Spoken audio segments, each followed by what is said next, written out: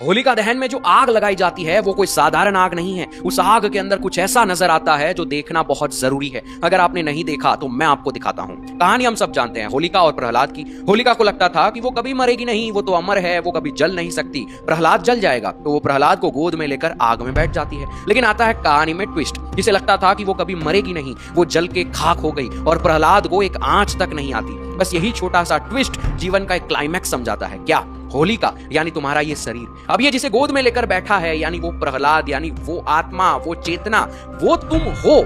हमें होलिका की तरह पूरे जीवन यही लगता है कि मैं ये शरीर हूं और मैं कभी नहीं मरूंगा। हम हजारों लोगों की मौत देखते हैं लेकिन खुद की मौत को कभी डाइजेस्ट ही नहीं कर पाते। तो यही सनातन धर्म दिखाना चाह रहा है जब होलिका जलती है कि जिसे तू अपने आप को समझ रहा है ना, वो सिर्फ शरीर है, वो तो जल जाएगा। लेकिन इस शरीर ने जिसे गोद में ले रखा है वो प्रहलाद, वो तेरी चेतना, वो तेरी आत्मा, वो तू है। जरा सी आंख बंद करके बस ये सोच के देखो और तुम अपने आप को अंदर पाओगे कि ये शरीर में नहीं हूं। और अगर एक बार ये चीज आपके अनुभव में आ गई, उसके बाद जीवन के कितने भी रंग आपके सामने आ जाए, आप हंसते रहोगे क्योंकि आपको जीवन का सत्य पता चल गया। जीवन का आखिरी मौत का रंग भी जब तुम्हारे सामने आएगा तो बस तुम्हारा शरीर मरेगा और तुम उसे देखते रह जाओगे। सनातन धर्म का जो डायरेक्टर है ना, उसने ये इतिहास और ये कहानी ऐसे ही नहीं लिखी। इन सब के अंदर ब्लॉकबस्टर क्लाइमैक्स है और यही होली है। इसे समझना गहराई से। शिवम शिवोहम।